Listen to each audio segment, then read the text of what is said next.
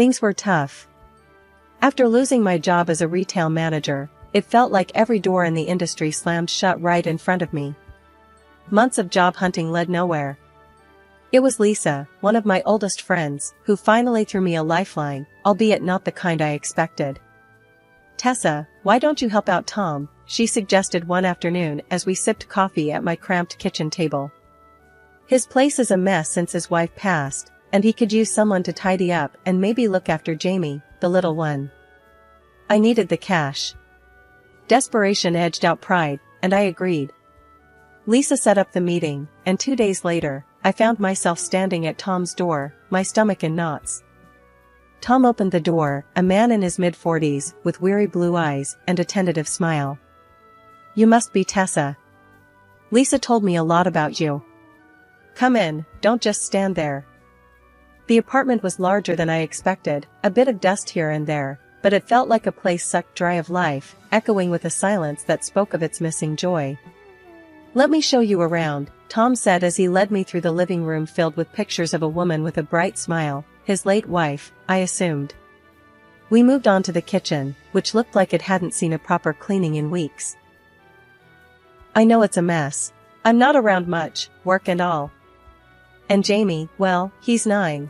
You can imagine." Tom chuckled dryly, his gaze flicking away. "There is also Mike, my eldest son, but he lives separately." There was an awkward silence before he hastily added, "So, about the job, I guess Lisa told you the basics?" "Yeah, cleaning, cooking a bit, and helping Jamie with his homework?" I confirmed. "That's about it. You'll have free run of the place during the day. I just really need someone to keep things afloat here." I nodded, understanding the weight of his admission. "I can do that, Tom. You can count on me." He showed a small, relieved smile. "Thanks, Tessa. Let's see how it goes, yeah?" Tom introduced me to Jamie that evening. The kid was a mop of untidy hair with curious eyes and a suspicious look as he sized me up from his spot on the living room couch. "You gonna be our new maid?" he asked bluntly, his voice sharp. "I guess you could say that. But I'm also here to help you out with your studies and stuff," I replied, trying to make my tone as friendly as possible. As I left their apartment that day, I felt a mix of emotions swirling within me. This was not the life I had planned, but somehow, it felt like exactly where I needed to be. The early days at Tom's apartment were like walking a tightrope. I kept busy scrubbing, cooking, and learning the ropes of managing a household that wasn't mine. It wasn't long before the place started looking more like a home than a storage unit. Tom seemed appreciative, though he was a man of few words. One Tuesday morning, I was elbow-deep in suds, scrubbing a stubborn stain off a frying pan when Jamie wandered into the kitchen. His hair was even messier than usual, and he had that scowl that seemed glued to his face. "Hey, you missed a spot," he said, pointing at a corner of the floor I hadn't gotten to yet. I rinsed the pan and turned to him, wiping my hands on my apron. "Want to give me a hand?" I asked. He rolled his eyes. "No way, that's your job." "Sure, but wouldn't hurt to help out a bit. Maybe learn something useful." I shot back with a half-smile, hoping to tease a bit of cooperation out of him. Jamie huffed, crossing his arms. "Whatever." That afternoon, I caught him struggling with his math homework. Numbers spread out on the table like they were parts of a puzzle he couldn't put together. I sat down next to him, my fingers tapping the table lightly. "Stuck?" I asked, glancing at the jumble of equations. "It's dumb. I don't get why I gotta learn this crap," he muttered, shoving the workbook away. "Let me show you something," I said, pulling the book back between us. For the next hour, I broke down the problems into steps that even I would have understood back in school. Slowly, Jamie started getting the hang of it, and when he solved the last problem on his own, he couldn't hide a proud grin. As days turned into weeks, I found myself more involved in their lives than I'd originally signed up for. Tom started coming home earlier, sometimes even helping with dinner. One evening, while I was chopping vegetables, he leaned against the counter, watching me work. "You've changed things around here, Tessa. For the better," he said, his voice low and sincere. "More than that. You're making us a family again." The word family hung in the air, heavy, but not unwelcome. I nodded, unsure of what to say, focusing instead on the carrots I was slicing. Tessa, Tom continued, hesitating for a moment. I was thinking, maybe it's time we made this arrangement a bit more permanent. I stopped chopping, my heart skipping a beat. Permanent? Yeah, I mean, if you're up for it. I could use someone like you around, long term. Not just for the cleaning and cooking, but, you know, for everything. The offer caught me off guard. I took a deep breath, considering the weight of his words. I'd like that, Tom. I really would. From that point on, things felt different. Easier, somehow.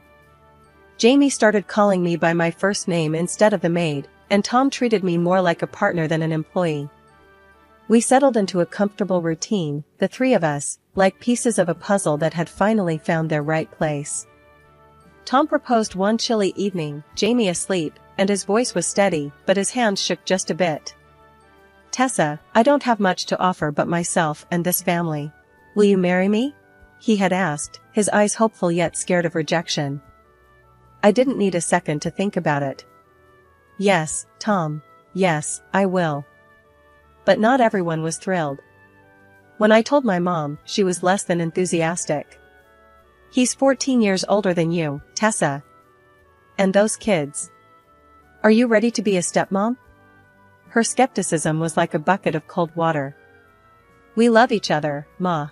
That's what matters. And Jamie and Mike? They're great kids. I can handle it. I countered, but she wasn't convinced.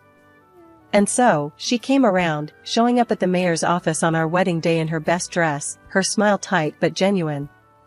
The ceremony was brief, the mayor reciting the vows with all the enthusiasm of someone who'd done this too many times. But when Tom slipped the ring on my finger, it felt like the world just paused for us. Starting our married life, I transitioned from the hired help to the lady of the house. It felt different waking up and not having to prove my worth through scrubbed floors and spotless counters. I was more than the cleaner now. I was a wife, a stepmom, part of a family. Life felt fuller, richer. But being a stepmom came with its own rulebook, one that nobody handed you, you just had to fumble through it. Jamie, who I'd thought of as my little buddy, suddenly seemed to realize I was in his mom's spot. Why do you always have to tell me what to do? He'd challenge, his little face scrunched up in annoyance. Because I care about you, Jamie. It's part of my job now. I'd explain, trying to keep my tone light, but firm. And then there were the everyday adjustments, the dance of a new marriage. Tom had his ways I hadn't noticed when I was just the housekeeper.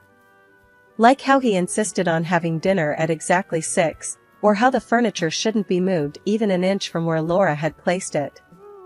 Tessa, why did you move the couch? He'd ask, his voice more of confusion than anger.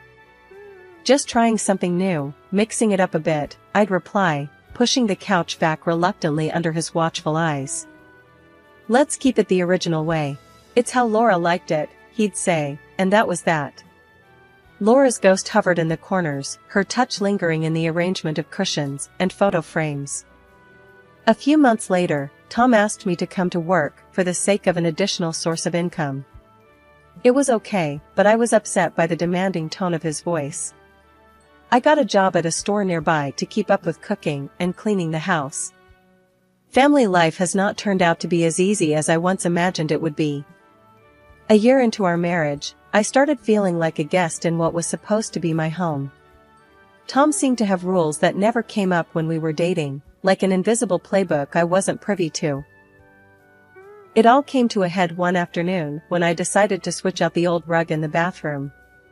It was a simple change, nothing drastic, just a new rug to brighten up the space.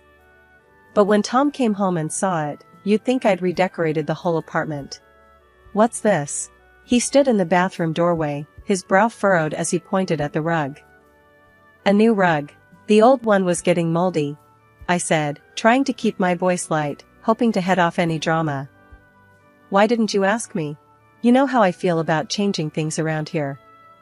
His tone was sharp, cutting through the air like a knife. I didn't think a rug would be a big deal, Tom. I felt my defenses rising. Well, it is. I want things left the way they were. He was practically glaring at me now, and the intensity caught me off guard. That night at dinner, things went from bad to worse. Tom's younger son, Jamie, had been struggling at school, and somehow that was my fault too. Jamie's grades are slipping. What's going on with his homework? Tom asked, his eyes fixed on me across the table. I've been busy, Tom. I started that job at the store, remember? You wanted me to help out with money. I replied, my voice tight with frustration. So you're just going to let everything else slide? He was accusatory now, his voice raising a notch. I'm doing my best here. I shot back, feeling the weight of his expectations crushing me. It doesn't seem good enough. The house is a mess, and you're not keeping up with Jamie like you used to. Laura would have handled it better. The mention of his late wife was a low blow, and it hit its mark. I was silent, the hurt too deep to respond. The rest of the meal passed in tense silence. The troubles didn't stop at Tom. Jamie, seeing how his father treated me, started pushing boundaries too. One evening, I caught him up late on his computer, way past his bedtime. Jamie, it's late.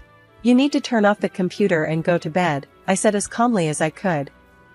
You're not my mom. You can't tell me what to do. His voice was loud, challenging. I'm not trying to be your mom, Jamie. But you have school tomorrow, and you need your rest. He scoffed, turning back to his screen. Whatever, Dad, he yelled, calling for backup. Tom came in, his face set in a hard line. Let him be, Tessa. He's fine. But he needs to sleep. It's not good for him to stay up so late. He's my son, I think I know what's best for him. Tom's tone was final, leaving no room for argument. Feeling undermined and disrespected, I retreated, the gap between us growing wider by the day. I started to feel like nothing more than a housekeeper, a nanny, someone who was there to cook and clean and then step out of the way. The day I got a bonus at work should have been a joyous occasion. With the extra money, I did something I hadn't done in a long while. I bought myself a new dress. It was nothing extravagant, just a simple, pretty thing that made me feel good when I tried it on. I was wearing the dress when I got home, a small smile playing on my lips as I imagined Tom's surprise. He noticed all right, but not the way I had hoped. What's that? He asked, his tone harsh as he eyed my new purchase. It's just a dress, Tom. I bought it with my bonus, I said, twirling a little to show it off, trying to lighten the mood. A bonus, huh? And you thought the best thing to spend it on was a dress? His voice rose with each word. I stopped twirling, feeling the happiness drain out of me. I thought it was okay to treat myself. Treat yourself? Tom scoffed. That money could have gone to something we actually needed. Like bills. Or saving up for something important. Before I could respond, Jamie chimed in from the doorway, his voice bitter. Yeah, or maybe a new console that I've been asking for. I looked from Jamie to Tom, my heart sinking. It was my bonus. I just wanted something nice. The room filled with a heavy silence, Tom's eyes cold and unyielding, Jamie's stare accusing. That night, they both started treating me like I was invisible, not a word or a glance in my direction unless absolutely necessary.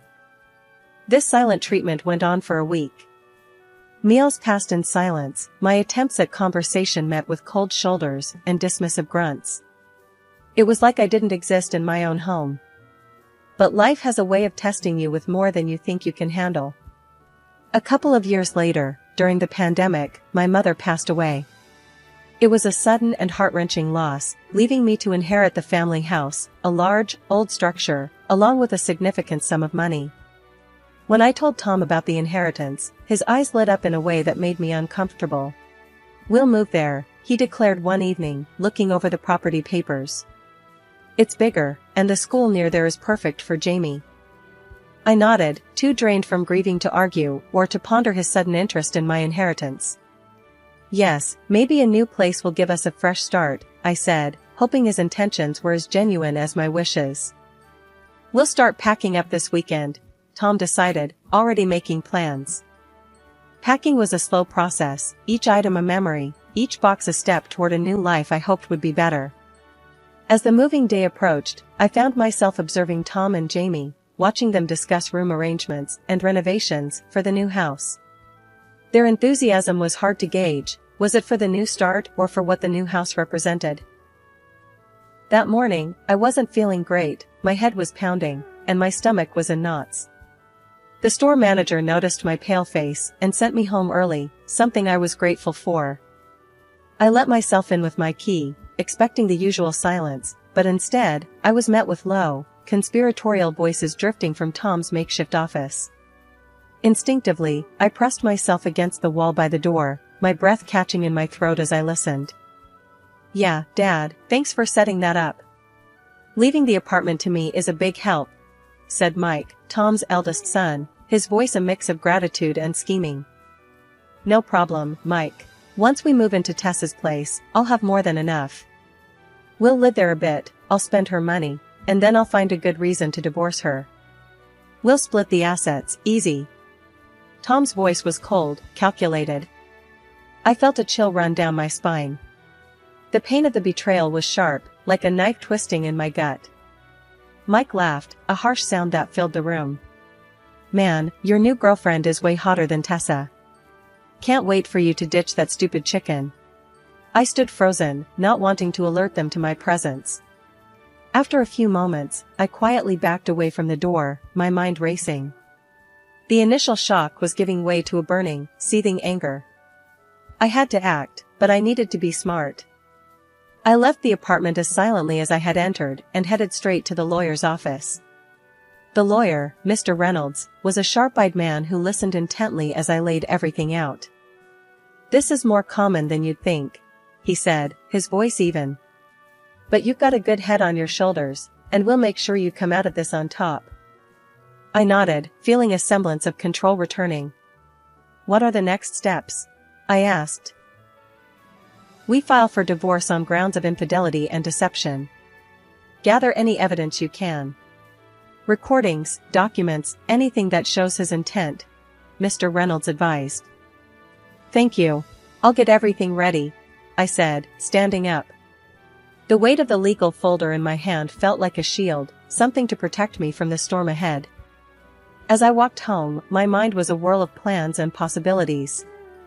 When I returned home, Tom was in the kitchen, making dinner as if nothing had happened. Mike had left, and the normalcy of the scene was almost surreal.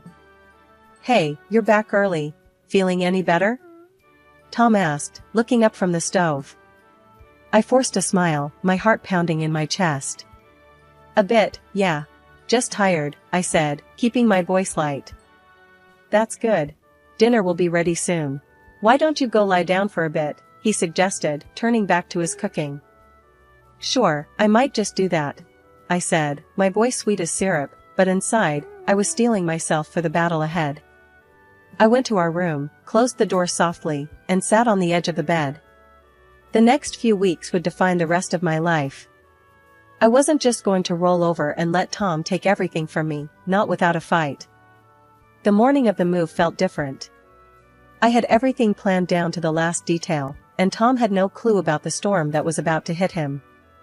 I'd packed my personal belongings quietly over the past few weeks and had them moved to a new place in another city, a fresh start, a new me. This morning, I left the house as usual, a simple handbag in tow, telling Tom I was off to work early. "See you at the new house later," he called out nonchalantly, completely unaware of the bomb about to drop. I nodded, keeping my expression neutral. "Sure, see you there," I lied smoothly, closing the door behind me with a soft click that marked the end of my old life. Meanwhile, Tom and Jamie were supposed to meet the movers at my inherited house and relocate our family there. What Tom didn't know was that there was no family to relocate anymore, and that house wasn't ours to call home any longer. I waited patiently in my new apartment, my heart racing as I pictured the scene unfolding at the old house. At exactly 10 a.m., my phone buzzed, a message from my neighbor who was keeping an eye out. "He's there, looks confused," it read. Tom must have been standing at the door, expecting to walk into his new life. Instead, he was greeted by strangers, the new owners of the house I had sold right from under him. I imagined his face, the confusion morphing into realization and then anger as he processed the betrayal. According to my neighbor, Tom knocked on the door, and a confused couple opened it, introducing themselves. "We just bought this place. Who are you?" they would have asked, just as baffled by the presence of a moving truck full of furniture. The movers, equally perplexed, started asking where to put the boxes, and Tom, flustered and furious, tried to call me. My phone lit up with his number, but I ignored it, sticking to the plan. When no answers came, he had no choice but to return to his apartment, where another surprise awaited him. Mike, his eldest son, had moved in his own furniture, and his fiancée was already unpacking. The apartment was no longer Tom's sanctuary but a crowded mess of broken plans and shattered expectations. "Get out! This is still my place!" Tom must have roared, the vein in his neck throbbing with rage. "Dad, we gave up the lease on our apartment. We've got nowhere to go," Mike shot back, defiant and desperate. Finally, I picked up the phone after his third, more frantic call. Tom's voice was livid, tinged with a betrayal he thought only he was capable of. "Tessa, what the hell do you think you're doing? Why are you ruining everything?" I took a deep breath, my voice calm and resolute. "I know about everything, Tom. The plans you made with Mike, the girlfriend, your charming little comments. I've sold the house and protected my assets. You won't use me anymore. You can't do this to me. We're married." His voice was a mix of anger and disbelief. "The divorce papers are in your mailbox," I replied firmly. "Consider this me looking out for myself. You'll also find that I will be asking for alimony." I didn't pick up his calls after that. My old phone, the one he knew the number to, would soon be turned off for good. I sat back, a weight lifting off my shoulders. I was free, truly free for the first time in what felt like forever. The courtroom was charged with tension. My ex-husband Tom sat across from me, his face a mask of fury and desperation. He was gunning for half of everything I owned, but I was armed with the truth, and a stellar lawyer. My lawyer, Mr. Reynolds, was a no-nonsense type who had every piece of evidence neatly organized and ready to dismantle Tom's claims. "Your Honor, we have substantial proof of Mr. Wright's infidelity, and we intend to show that his demands for property share are not only baseless but also immoral," he stated confidently as the proceedings began. Tom's lawyer tried to paint a picture of a broken man wronged by his wife's sudden departure, but it fell flat as soon as Mr. Reynolds presented the evidence. Receipts from lavish dinners, hotel bookings for two, and love letters to another woman, every item displayed on the projector screen was another nail in the coffin of Tom's credibility. When it was time for testimonies, a couple of acquaintances from our old neighborhood took the stand. They didn't mince words. "I saw him at the lake with her. They were all over each other like teenagers," one testified, her tone disgusted. Tom's lawyer tried to counter, arguing about the legitimacy and relevance of the evidence, but it was clear the judge wasn't buying it. The atmosphere was thick with Tom's silent rage, I could almost feel it across the room. Finally, the judge delivered her verdict. "Given the evidence of infidelity and deception presented by the plaintiff, I find it impossible to grant any property claims to Mr. Wright. Furthermore, considering the income disparity, Mr. Wright is ordered to pay alimony." Tom's face went from red to white, his mouth opening and closing like a fish out of water. It was a sight I didn't enjoy, but it was justice, plain and simple.